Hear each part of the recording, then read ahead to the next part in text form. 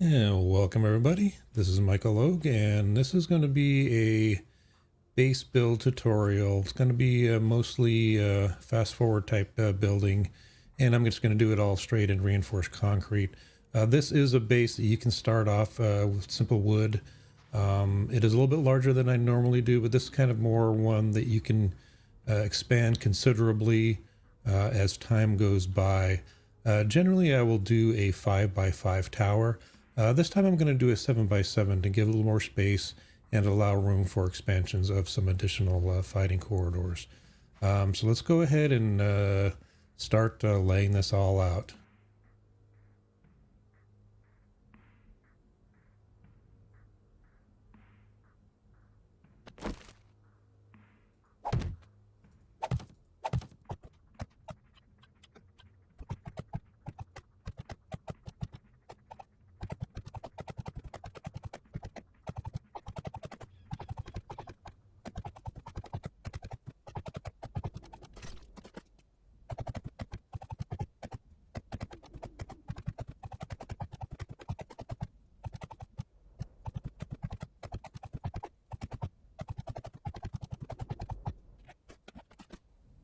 Now, I always tend to use the half blocks for my floors slash ceilings, and that's so that I can continue to upgrade these without any blocks being blocked in, if that makes any sense.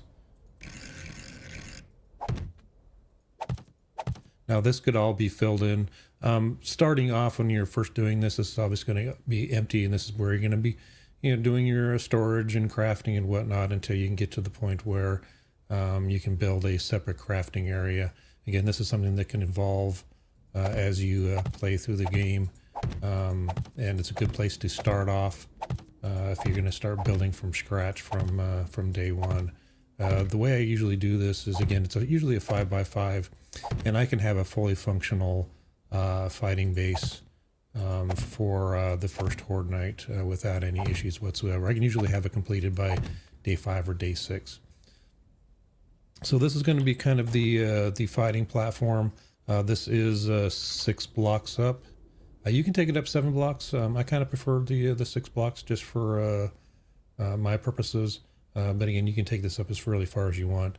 Remember, the higher up you go, the greater chances of them ragdolling. And if they ragdoll, they can go into aggro mode, and they might start just kind of beating on stuff randomly.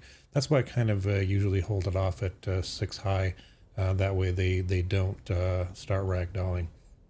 So I'm going to go ahead and continue on and build up this first layer here.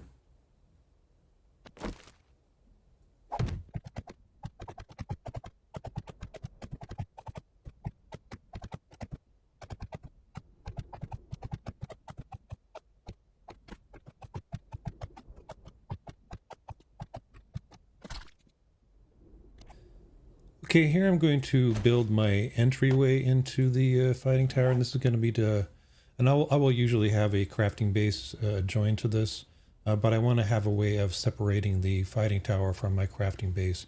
So I usually just use a drawbridge, and I'll start off with just using regular wooden doors, and then ultimately upgrade them. Now the thing with the doors is you used to be able to stack these doors on top of each other, but with the latest release, you can't do that anymore. However, you can still attach these horizontally to a surface as long as it's the base part of the door that is connecting. So you see the area down there in the bottom that's highlighted in kind of white. That's what you want to connect to the wall. So let me go ahead and put this in advanced rotation and get this so that that highlighted white area is up against the wall, just like this. Okay, put that down. And then I'm going to do another one that's going to be connecting this. So this is actually going to be 4 blocks away. It's going to be 2 doors distance. So I'm just going to go ahead 1, 2, 3, 4, and then right there is where I'm going to start building my my stairwell.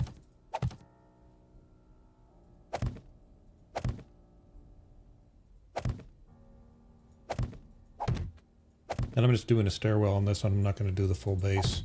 If I was doing the base, this would be a kind of a wall going out this way, and framing out my area, and then I just have a door up here that would let me to get access up to the fighting tower. And we'll go ahead and throw some stairs on here.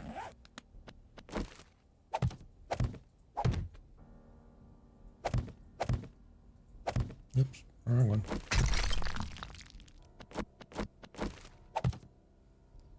All right, then from here we're going to do the same thing with the door, except we're going to reverse the direction so that the base is going to be connecting over on this side. So once again, we'll let me just go ahead and get over on this side. It might be a little bit easier to see. So I'm going to want the door handle. If you can see the one that's already put, the door handle is on the right. For this one, I'm going to want to put it on the left. So again, we're going to do the advanced rotation. There we go, like that. So now I basically have a drawbridge that if these are both open, the zombies aren't going to want to path this way to get in. So this is my secure means of getting into the fighting tower. Now this will also be used as far as my fighting platform. So let's go ahead and start building on this side. And each of these 3 doors on the remaining side are going to be exactly the same. That allows me to have some backup. So if one of the corridors gets destroyed by demolishers blowing up, whatever, I have 2 alternates that I can always turn back to. So I'm going to go ahead and get this built, and I'll kind of walk you through it and how it works.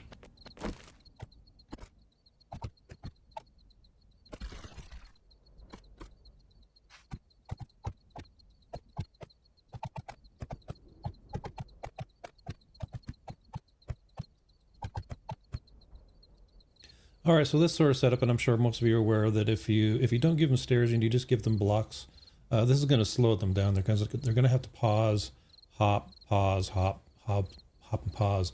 And I basically only got 2 ways for them to get up. So there's going to be a kind of a traffic jam down here. There'll be a traffic jam down here, as well as a traffic jam up here. So this is going to help slow them down and spread them out a little bit more, so they're not all just rushing you all at once. And plus, with having this kind of T intersection down here, if I didn't have this and I just continued this on straight, if there were cops or demolishers that were popping up in here, I really wouldn't be able to see them behind the whole crowd of zombies that are going up there. So I started doing these T intersections at the end. That way I can see them immediately as they're hopping up here, and I'll get a chance to kill them before they even get close. And the reason why I put the step on the front side as opposed to something over here is, say for instance it's a cop, he's going to start spitting at you as soon as he can see you. But if he's facing this way to get hopping up, he's not going to be spitting at you right away. It's going to take him at least up to here before he's going to start spitting. Now he might see you down on the ground, but this is just kind of a way to kind of limit the amount of time that they'll be spitting their vomit at you. So up here, we're going to be using a couple of arrow slits as kind of our fighting platform here. So let me go ahead and drop these down here. Let's see, where are you? Right there.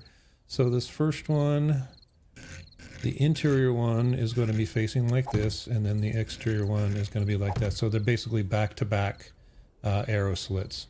And this is a very good structure, because if dogs or spiders get up here, they're going to be sticking their head through the slot, so you're much easier to shoot them or even whack them on the head with a club. Now, to complete this front face, we're going to go ahead and use some half blocks, as well as some of these wedges. So let me go ahead and pop that down here, and we've already got our half blocks. So let's go ahead and set our half blocks here, and I'm just going to go ahead and set this to on face, and we're just going to take this all the way across, and we're only going to do, we're not going to do this top row, we're going to use a different block for that. And this is basically, this is going to do things, it kind of smooths out this area, because you kind of don't want to have these exposed edges like this. So it smooths it out, plus it also adds a second layer of protection.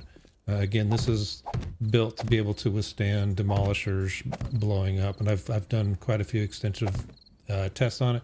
And if you get this all upgraded up to steel, both the interior and exterior layer, as well as the pathway, I've had like 5 demolishers that I've set up here and blown up, and the interior still hasn't been touched. Yeah, you're going to have a bunch of this, and eventually this door is going to collapse. But I believe it's like 5 demolishers that it takes to blow up in order to destroy that door. And if that happens, then you just go to one of your other paths over here. So let's go ahead and plug these in here, like so. And then up top, and one thing we want to do is to prevent the zombies from stacking up on each other. And there's a lot of players that have used this similar method where you're going to use some slanted blocks to basically push them outwards so they can't stack up. I'm going to use a combination of these as well as the ramps, which are the 45 degree. Let me just go ahead and fill this block in here. And now we're going to use our ramps. And my cat is trying to get our attention. Just ignore him. Like so.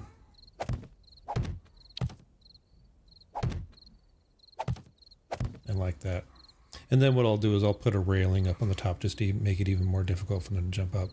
Now on the inside, in order to finish this up, let me go ahead and turn off my fly mode so we're at an even level. I'm going to put a hatch in front of this. So where is my hatch? Go ahead and put you down here. That's going to sit just like that. That way you can pop this up. And this serves 2 purposes. For one, if a spider monkey does come in here, he's going to stick almost half his body through here and he's maybe taking swipes. This will help you from not getting damage. It also gives you something to kind of lean up against. And what this does is it puts you kind of at a perfect distance in order to use a melee weapon such as a club or a sledgehammer. They will still be able to get some swipes in at you, but it's basically just fingertip swipes. And they may take 2 or 3 hit points of damage off you. So it's really not all that much. One thing I do like to do, because it's kind of a little difficult to get yourself centered on this, what I will do is I'll just put just any kind of block. It doesn't really matter. Over here on the side, let me go ahead and rotate this. I guess I got to put advanced. Just like this. That way, when I'm coming up here, I can go up here and just go all the way to the right. It's not perfectly centered, but it's better than me trying to fiddle with the keys trying to get myself centered. So that just helps kind of get you good centering on the fighting corridor. Now you would do this exact same thing on all 3 of these.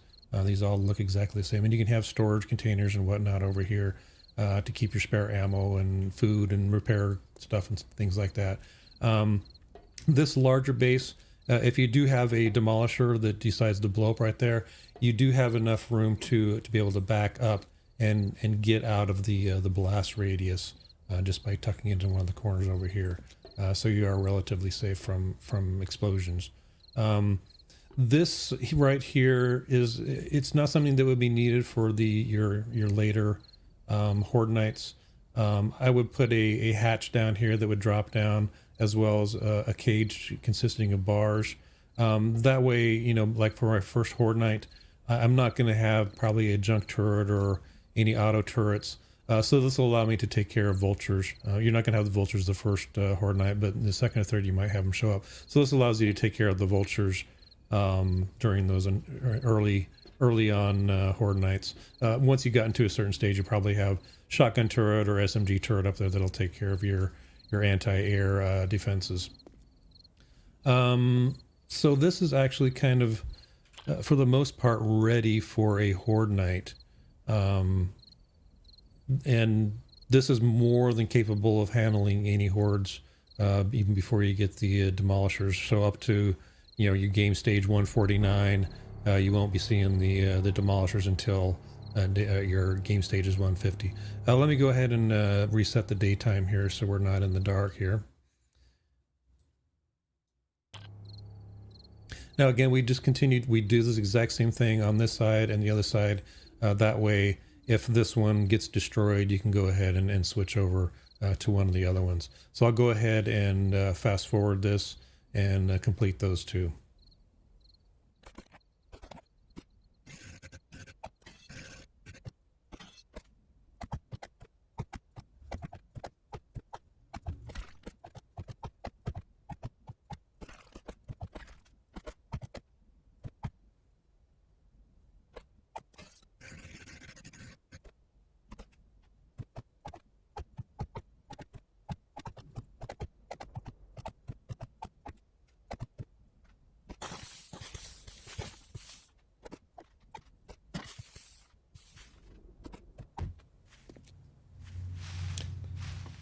Now I just cleaned up that terrain just to give it a little more even area. Um, it's really not too bad. What you probably will want to do eventually, especially once you start getting to demolishers, is to reinforce the ground around here, maybe dig down a little bit and fill in underneath here. What I found more often is that rather than the demolishers blowing up here, they will fall off down on the ground if their button got hit, and they'll blow up down here, and that can take out quite a bit of the terrain as well as potentially your pillars. This would eventually all be upgraded up to steel, and I would also recommend once you get to the demolishers to go ahead and fill in all these gaps in between. And again, reinforce those up to steel. That way, if a demolisher does blow up, it's not going to take out the entire corridor. If the corridor gets damaged to the point where they can no longer get up to you, then they're going to start aggroing and trying to beat down the base. That's why I've got these backups. So if one corridor does get destroyed, you can go ahead and swap over to another one. So in order to basically get them to path just to one corridor, what you would do is you would open up the doors on two of them and leave the third closed. That way they can path. So if this one gets destroyed to a point where you don't want to use it anymore, you would drop this door down, go over to the other side here, and close one of these, and then they'll start repathing to go up this corridor. So let me go ahead and finish up these two, and I will fast forward to this as well.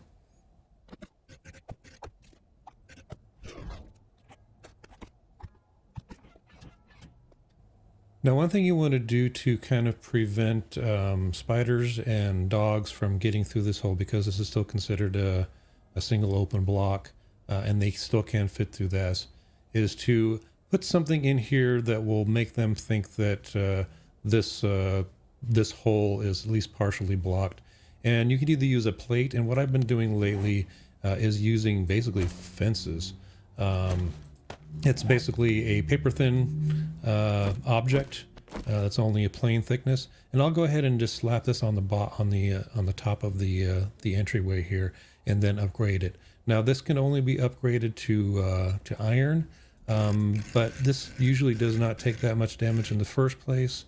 It's usually from me hitting it with my club. So I'll go ahead and pop all three of these in here, and then I will use this to upgrade them. And first it's going to take it to wood and then to iron. Looks like I need to get some more. Let me go ahead and go into the creative and get some more forged iron. Up to that far. So this will, it'll still be plenty strong. Again, the most damage it takes is from me hitting it with the club or accidentally shooting it. It rarely takes any damage from the zombies themselves. So this is, at this stage, this is more than sufficient to be able to do a Horde Night. Again, if you're at this stage, you can easily upgrade these front areas up to reinforced steel. Let me go ahead and grab a bunch of that. Sorry, forged steel. I can spell it right. And let's grab a whole bunch of. It will take a lot of resources, but if you're at this stage, you should be able to handle it, no problem. At the very most, you want to try to get this one block. This is the one that takes the most damage from regular zombies. That's the one they're going to be whacking on. Everything else is secondary. But again, it's if you got the resources, just go ahead and upgrade as much as you can all the way up to steel. Again, you're trying to prepare this for demolishers, so it's best to be safe and sorry. And again, this is just the outer layer. I'll also do the inner layer as well. So you literally have two layers of steel that the blast is going to have to get through in order to damage you. And then you'd also want to do this because if you do have demolishers blow up here, these can get damaged as well. But again, I would fill in this entire area. This is just to kind of use less resources at the very beginning. By the time I've gotten to the demolishers, I'll have tons of resources, so you can reinforce everything and get everything as solid as possible.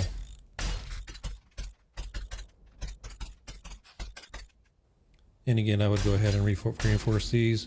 Normally, I would put these plates all the way down as well. Again, if you have a demolisher blows up down here, it can do damage. What I'll do by this stage, I will have filled in this entire base full of concrete. So saw when I was building it, I just did the first 2 rows. Again, normally I would, when I first starting out, this is all going to be wood and cobblestone. This will be where I'll be working.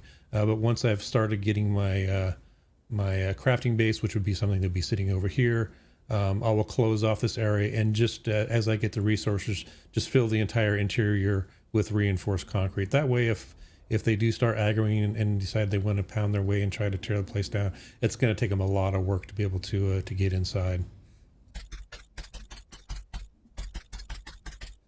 So I'll go ahead and continue reinforce this, and I'll go ahead and match this front face over here on these other 2 sides.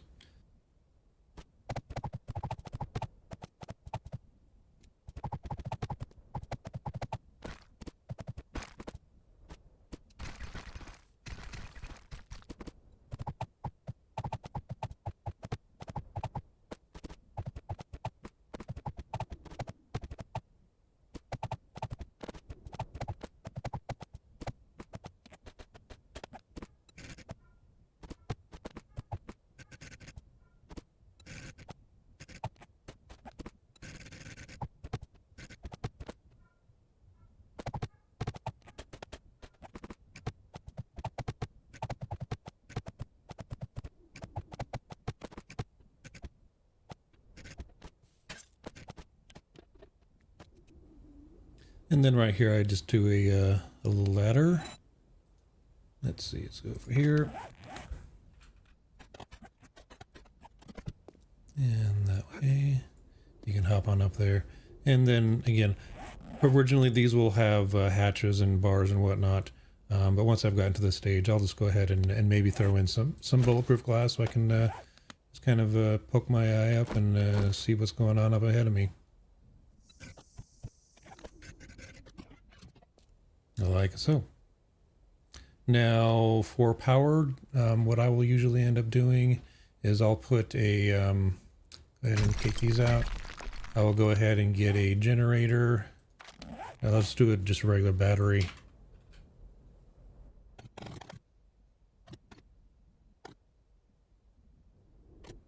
So I'll usually put a generator and a battery bank, that way I can charge both of them. I'm not going to mess with doing the generator. I'll just do the battery bank for the time being. Pop that there, and then I'll just use some regular hatches. I like doing the wooden hatches first because it's easier for me to see which way their hinges are going, and then I'll just upgrade them up to iron. And I'll go ahead and pop a switch up here. I can turn stuff on and off real easily. Let's go ahead and jump upstairs. And it doesn't really matter where you put the shotgun turret. You're really just protecting the roof from any potential vultures. Because I have my power already here in this corner, I'll just put it in this corner and have it overlook the entire roof, and that should be more than sufficient to take care of any buzzards that might be trying to annoy you. So let's go ahead and we'll just put you right here. Go ahead and set you like that. Let's get some rounds.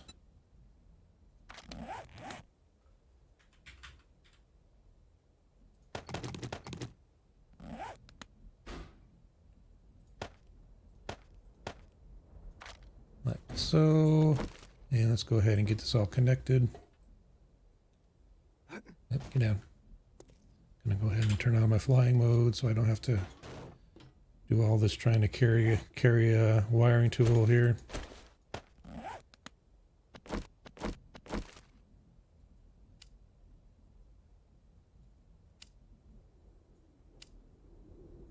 Oops, I didn't put my relays down. I'll just go ahead and just put it directly to the shotgun. I usually like using relays to make it a little bit cleaner. Okay, let's go ahead and get some batteries. Oops, easy there. Get some batteries stuck in here.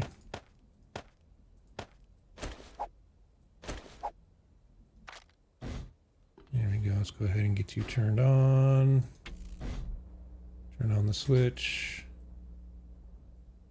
Go ahead and interact with this so we can check out our view. And as long as we got a decent coverage of the rooftop, we'll be good to go. Now we want to lock the ammo. So now we're ready to go to take care of any buzzards that might want to come by. And so that's basically the setup. Again, this is set up so you can have 3 different killing corridors all on the same base. Again, you'd want to upgrade this as much as possible. I've only kind of done it partially. So what I'll do is I'll go ahead and just spawn in some zombies over here, and then I'll turn this off by dropping this down and lure them over to another corridor here.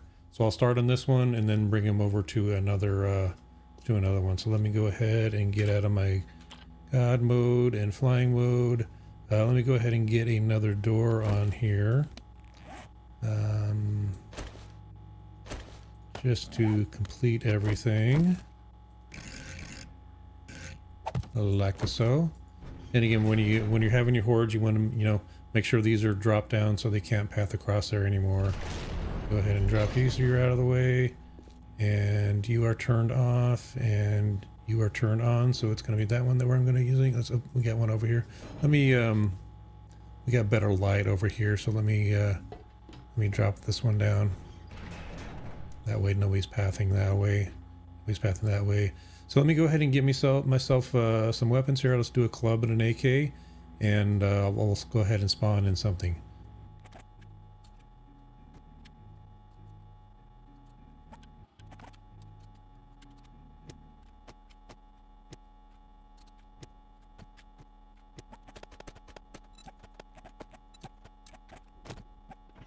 Okay, I think we're pretty much all set up here. I've got a level 6 club, which I'd probably have at this stage. I probably have a level 6 AK, but if for some reason I couldn't figure out how to get it to load into the from the creative menu.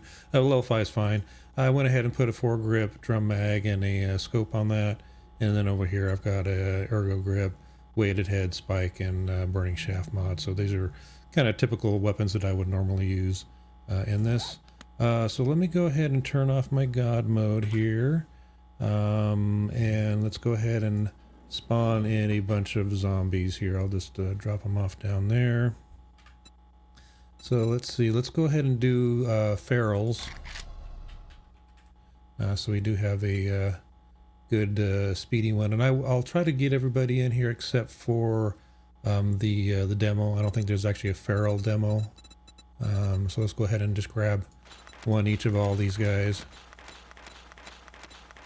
and you can see how they'll even get a cop in there. Gonna be a whole bunch of y'all, so it'll be quite to even get a screamer in there. All right, so let's get reloaded here. We'll get our pass set up, and we'll get them to come on over here. And as you see, they're jumping up there. They're slowing down. They're all kind of gathering around there. I'm going to go ahead and take out the cop. That's why I usually do the scope. Now we'll just let these guys come up here. And you can just sit here and whack at them. They can take some swings. Let's go ahead and take care of this cop.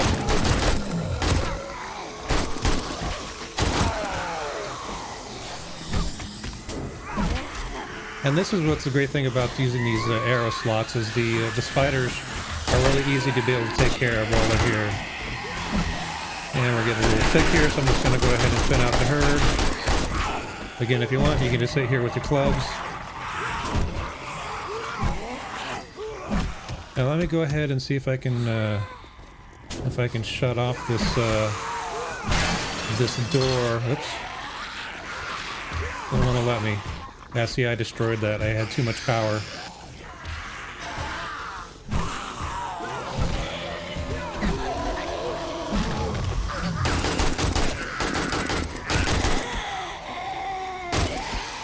Go ahead and drop this down now. So now I'm turning off this path, and let me go ahead and open up this one here, and they should just path over to this one once this is up. So see, it's now up. They've stopped coming over here, and now you see them all coming over here now. Now I can hear some zombies whacking on something down below. That's normal. it takes them a while sometimes for them to get their new path coming, so they'll start going aggro.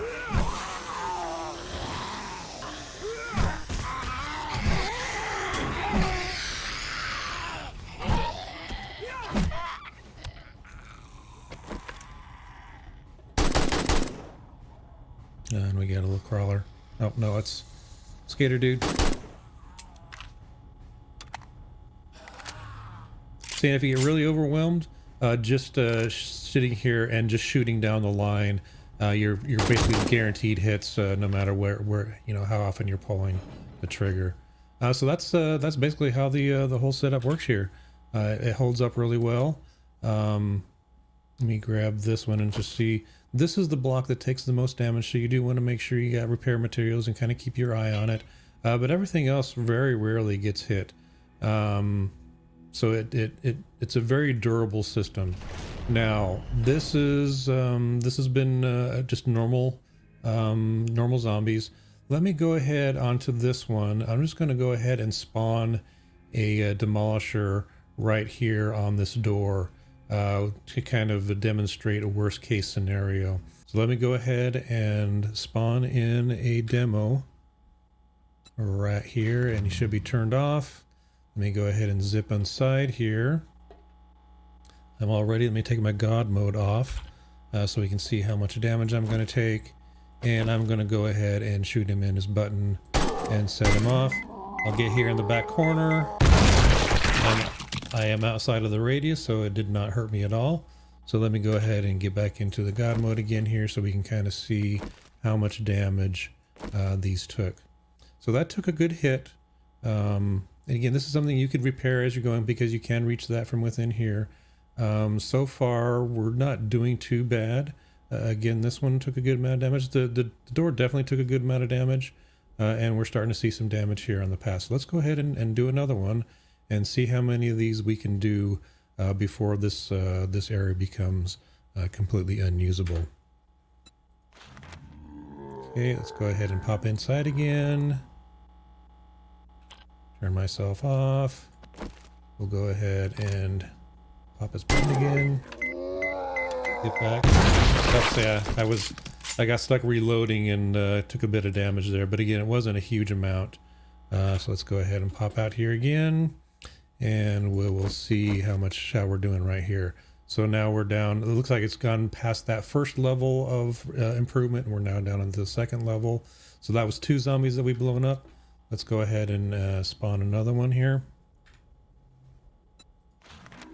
Like so. And this time I'll try not to reload again. And get myself out of God mode here again.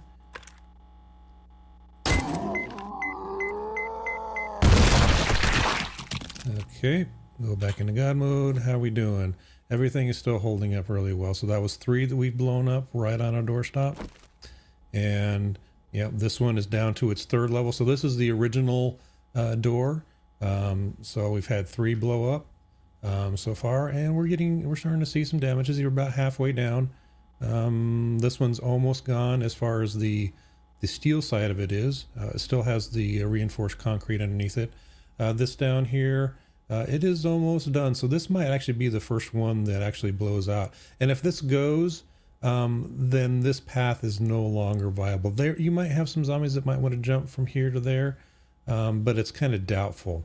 So let's go ahead and drop another demo here. So that was 3. And this is going to be number 4. And we'll do the same thing. Turn off God mode. Get our AK. Let me just go ahead and get back all the way in the corner here this time because I'm kind of slow backing up.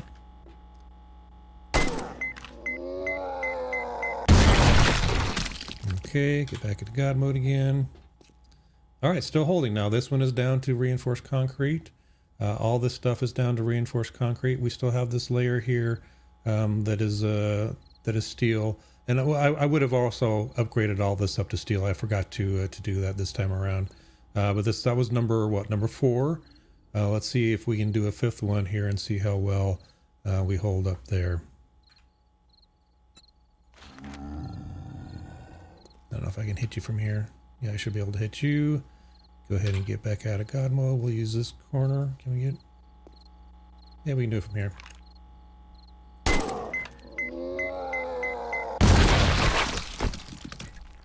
And back to God mode. So that was 5, and we lost our door. So this is no longer a functional part of the killing corridor. It looks like it took out some space down here. I would have again probably reinforced this all the way to steel. If I'm seeing demos, this whole thing is going to be probably steel for the most part. And again, we've blown up 5 demos right on our doorstop, and they still haven't penetrated all the way into where we are. Yeah, it did break in down below. But again, this would more than likely have already been filled all the way up to reinforced concrete. I can see right here, I only took it up to the first 2 layers before that happened. So if that happens, if I have 5 demos blow up right on my doorstep, I've got these 2 other corridors over here as backups. And again, I try to get these reinforced up as much as possible. So that's kind of how this killing corridor works. Again, this is something you can start off from day 1. Just doing wood and cobblestone and working your way, gathering your materials. You can have a fully functional killing corridor by your first horde night. I would start off doing just regular wood doors, and then upgrade them up to scrap iron and all the way up to these ones as you get the resources. And again, this is something, it's not totally demolished. It's just going to be a matter of replacing the door, fixing all the damage here, and getting it back up to snuff again. So this should be able to handle a fairly significant horde without any issues whatsoever. And if any of it gets damaged to a point where you can't use it anymore, you have 2 backups. So you should be able to weather through any horde night, regardless of how many are there. Again, as long as you got enough ammunition and repair parts, you can keep this thing going for quite a while. So that is my evolution of a killing base. Thank you for joining me, and hope you come again soon. Take care.